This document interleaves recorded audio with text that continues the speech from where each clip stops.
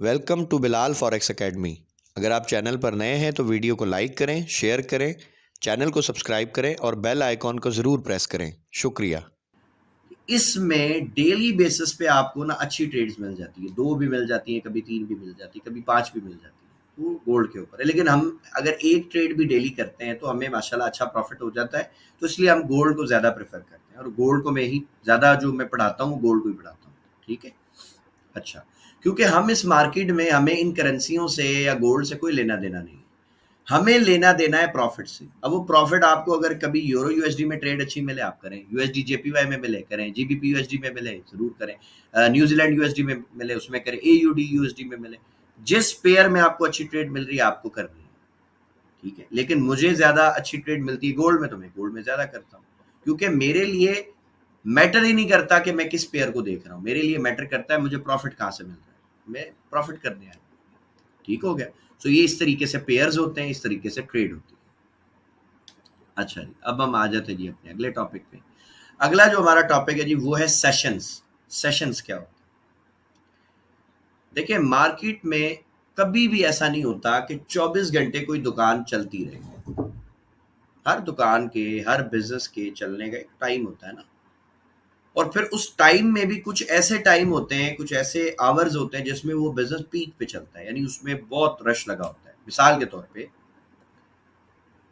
असर का जो टाइम है, नॉर्मली आप जो बाजार देखते हैं, जैसे आप शॉपिंग मॉल चले जाएं या आप किसी भी बाजार में देखें, असर के बाद मार्केट में रश लगना लग जाता है, यानी क्राउड जो है वो आता है। ठीक है, तो ये उसके कुछ वर्किंग आवर्स आप निकाल लोगे कि अच्छा जी ठीक है, इस टाइम पे रश होता है, तो हम जी इसी टाइम पे मार्केट जाएंगे और देखेंगे जी किस तरह से हमें प्रोडक्ट मिलता है। तो इसी तरह फॉरेक्स मार्केट में ना सेशंस होते हैं।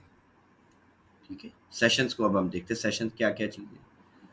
तो सबसे पहले तो मैं आपको बता दूं कि जी आपको ना रट्टा मारने की इसमें बिल्कुल जरूरत नहीं पड़ने वाली। सेशंस क्या होते हैं, कैसे होते हैं, ये आपको इंशाल्लाह इजीली समझ आ जाएगा। बेसिकली हम जो फॉरेक्स ट्रेडिंग जो करेंगे ना, उसमें हम 4 सेशंस को ट्रेड करेंगे। नंबर 1 टोक्यो, नंबर 2 या हम नंबर 1 सिडनी को करते हैं क्योंकि मार्केट इसी में खुलती है। नंबर 1 हो गया हमारा सिडनी, नंबर 2 हमारा हो गया जी टोक्यो, नंबर 2 पे 3 पे हम रखेंगे लंदन को, एंड नंबर 4 पे जो है ना हम रखेंगे यूएस को। ठीक है, ये 4 हमारे सेशन हैं। अब इन चारों के मुख्तलिफ टाइम भी हैं। ठीक है, वो भी आपको बता देते हैं। जब मार्केट ओपन होती है ना, सुबह सुबह, जैसे आज ओपन हुई मार्केट, कल सैटरडे संडे, कल संडे था, परसों सैटरडे था, तो मार्केट क्लोज थी। अब आज जब सुबह सुबह मार्केट ओपन होती है, 3 बजे भी होती है, बाद का 4 बजे भी होती है, तो 1 घंटे का डिफरेंस आता रहता है। तो नॉर्मली आप 3 बजे का टाइम जो है वो समझ लें कि जी फर्ज करें 3 बजे जो है ना आपकी मार्केट खुली। तो जब 3 बजे मार्केट खुलेगी ना सर, तो उस वक्त सिडनी सेशन चलेगा। सिडनी सेशन में आपने मार्केट को देखा है, 3 बजे ओपन हो गया।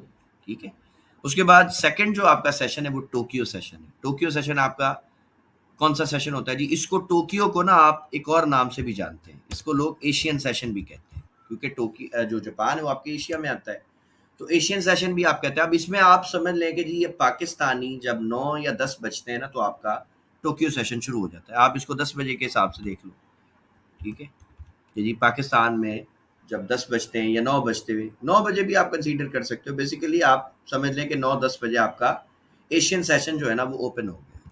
ठीक है, उसके बाद लंदन सेशन जी आपका कब ओपन होता है? ये सारे टाइम जो मैं बता रहा हूँ ये पाकिस्तान के अकॉर्डिंग है। आप अगर किसी और मुल्क से मुझे देख रहे हैं, दुबई से देख रहे हैं, सऊदीया से देख रहे हैं, आप उस मुल्क के हिसाब से देख लें। मैं अभी आपको एक वेबसाइट भी दूंगा, वहां पे सारे टाइम भी लिखे होते हैं इंशाल्लाह। अच्छा जी, तीसरा जो हमारा सेशन है जी वो लंदन सेशन है। पाकिस्तान में लंदन सेशन कब ओपन होता है जी? जब आपके यहाँ पे 1 बजते हैं, 12 बजे प्री लंदन सेशन होता है, 1 बजता है जब पाकिस्तान में, तो आपका लंदन सेशन इस वक्त ओपन हो गया। और लास्ट में जो यूएस सेशन है, ये आप लगा लें 6 बजे, बाज़ 5 बजे भी खुलता है, लेकिन आप नॉर्मली अभी 6 बजे इसको आप याद रखें कि जी आपका 6 बजे जो है ना ये यूएस सेशन ओपन है। ठीक है सर, आपको समझ आ गया कि अगर आप सुबह 10 बजे ट्रेड कर रहे हो और मैं आपसे पूछूं भाई कौन से सेशन में ट्रेड की थी, तो आपको पता होना चाहिए कि सर मैंने टोक्यो में की थी। ठीक है, सुबह 10 बजे से 1 बजे से पहले पहले तक। अगर आपने 1 बजे या उसके बाद ट्रेड की है और मैं आपसे पूछता हूँ बेटा किस सेशन में ट्रेड की, तो आपको पता होना चाहिए जी मैंने लंदन में की, और शाम को 6 बजे से लेके और फिर सुबह 3 बजे तक ये पूरा टाइम जो है ये आपका यूएस सेशन का है, ठीक है। सो ये सेशंस जो है ना ये आपको पता होने चाहिए, सेशंस जो है आप इसको हमेशा याद रखें ताकि आपको चीज़ें जो है ना समझ आए कि ठीक है किस तरह मार्केट जो है वो चल रही है, सही। अब मैंने आपको कहा था जी मैं आपको एक वेबसाइट भी बता देता हूँ यहाँ पे सारे सेशंस चलते हैं। तो उस वेबसाइट का जो नाम है सर जी वो है फॉरेक्स फैक्ट्री। जब आप फॉरेक्स फैक्ट्री वेबसाइट को ओपन करेंगे तो इसमें आपको सेशंस जो है ना वो दिख जाएंगे, ठीक है। सारा जो टाइम होता है सेशंस का कि कब कौन सा सेशन ओपन हुआ कब, ये पूरा एक ऐसा बॉक्स बना होगा सेशंस का। अब इसमें देखें पहला सिडनी है, फिर टोक्यो है, फिर लंदन है, फिर न्यूयॉर्क है, ये जो यूएस है आपका। अब इसमें आपके टाइम भी है, ठीक है।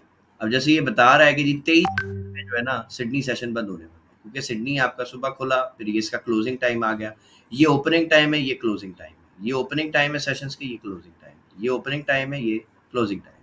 तो इसमें आपको रट्टा मारने की जरूरत ही नहीं है कि यार कौन सा सेशन कितने बजे खुलता है। आप यहाँ आए फॉरेक्स फैक्ट्री पे आपको सब चीज़ें ही बता देंगे, ठीक है। अच्छा, सो सेशंस हमारे हो गए कंप्लीट, हमने पढ़ लिया। अब आता है जी पिप्स पे कि पिप्स क्या भला है, ठीक है।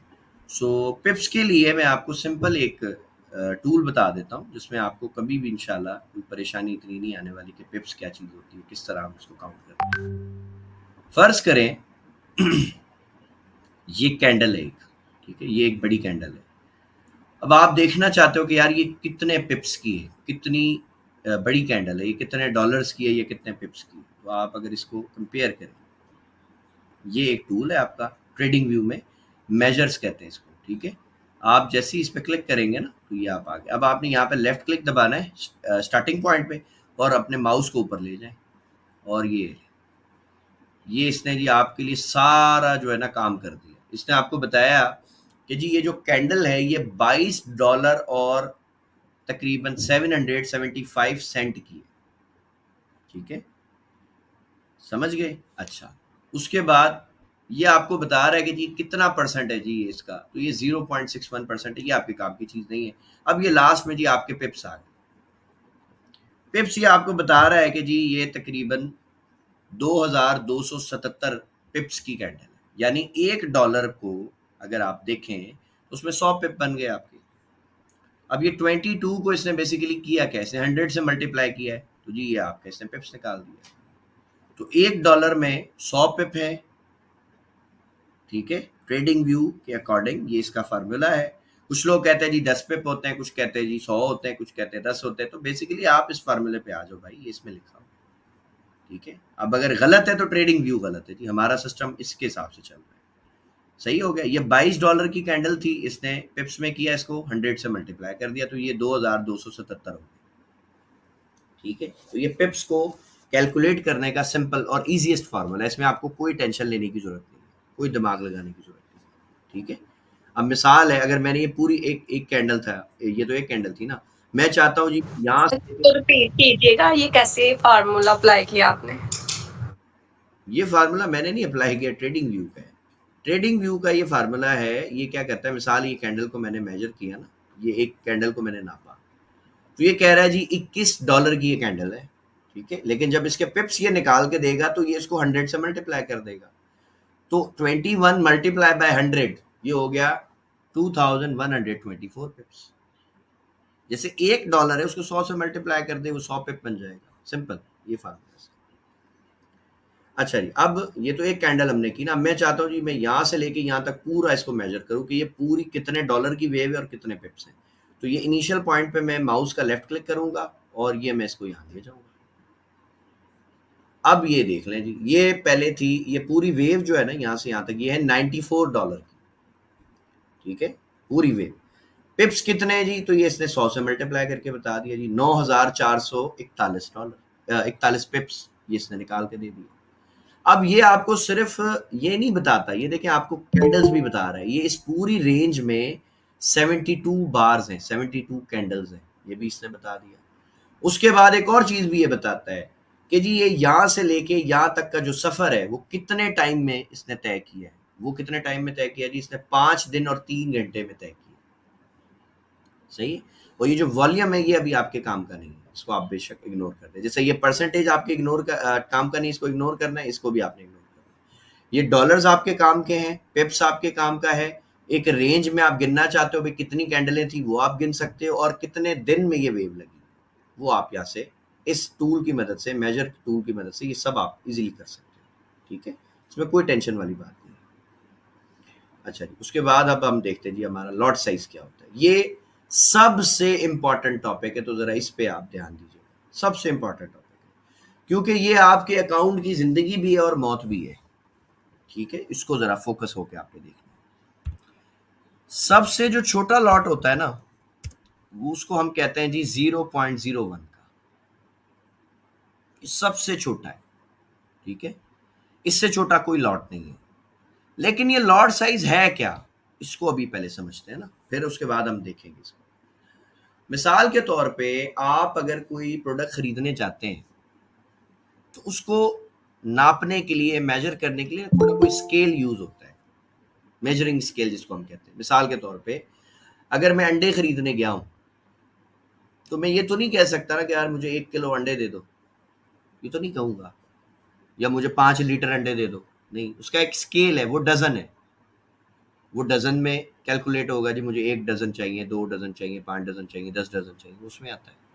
फिर इसी तरह जो लिक्विड आइटम है ज़्यादातर वो लीटर में कैलकुलेट होते हैं कि जी दूध चाहिए 1 लीटर चाहिए, 5 लीटर चाहिए, 10 लीटर चाहिए। ऑयल है वो इसमें कैलकुलेट होता है, पानी भी इसमें कैलकुलेट हो रहा है, लिक्विड है। जो सॉलिड है वो केजी में जो है वो कैलकुलेट होता है। जैसे आटा खरीदना है या कोई भी प्रोडक्ट आप खरीदना चाहते हो जो सॉलिड है, थोड़ा ठोस है, वो केजी में आ जाएगा आपके पास। तो ये स्केल्स हैं नापने के। इसी तरह स्टॉक मार्केट में स्टॉक्स को, शेयर्स को नापने के लिए, मेजर करने के लिए, काउंट करने के लिए स्केल है। वो स्केल क्या है जी, वो लॉट साइज है। सबसे छोटा जो लॉट साइज है ना, वो आपको बताया जी 0.01। अगर आपने इस लॉट साइज को यूज किया किसी भी एसेट को खरीदने के लिए, मिसाल मैंने गोल्ड खरीदा 0.01 से, तो अगर मैंने ये खरीदा तो मैंने कितने शेयर्स बाय किए। ठीक है, सो 0.01 जो लॉट साइज है ये बराबर होता है, अगर आपने ये लगाया है तो इसका मतलब है आपके पास 1000 शेयर्स हैं गोल्ड के या किसी भी पेयर के। ठीक है, शेयर्स है आपके पास 1000। ठीक हो गया। और गोल्ड में अगर आपने 0.01 लगाया है तो $1 की मूव पे आपको प्रॉफिट भी $1 ही होगा और लॉस भी $1 होगा।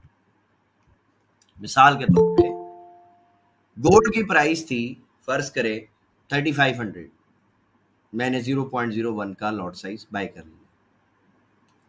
अब इसका मतलब अगर कोई मुझसे पूछे भाई कितने शेयर है तुम्हारे पास, तो मैं कहूंगा यार 1000 शेयर है मेरे पास, मैंने 0.01 लॉट साइज लगाया। ठीक है, तो ये भी चीज क्लियर हो गई। अब 3500 से अगर प्राइस जो है मेरी वो चली गई, मिसाल के तौर पे सपोज करते हैं जी वो $1 ऊपर चली गई, यानी $3501 पे चली गई।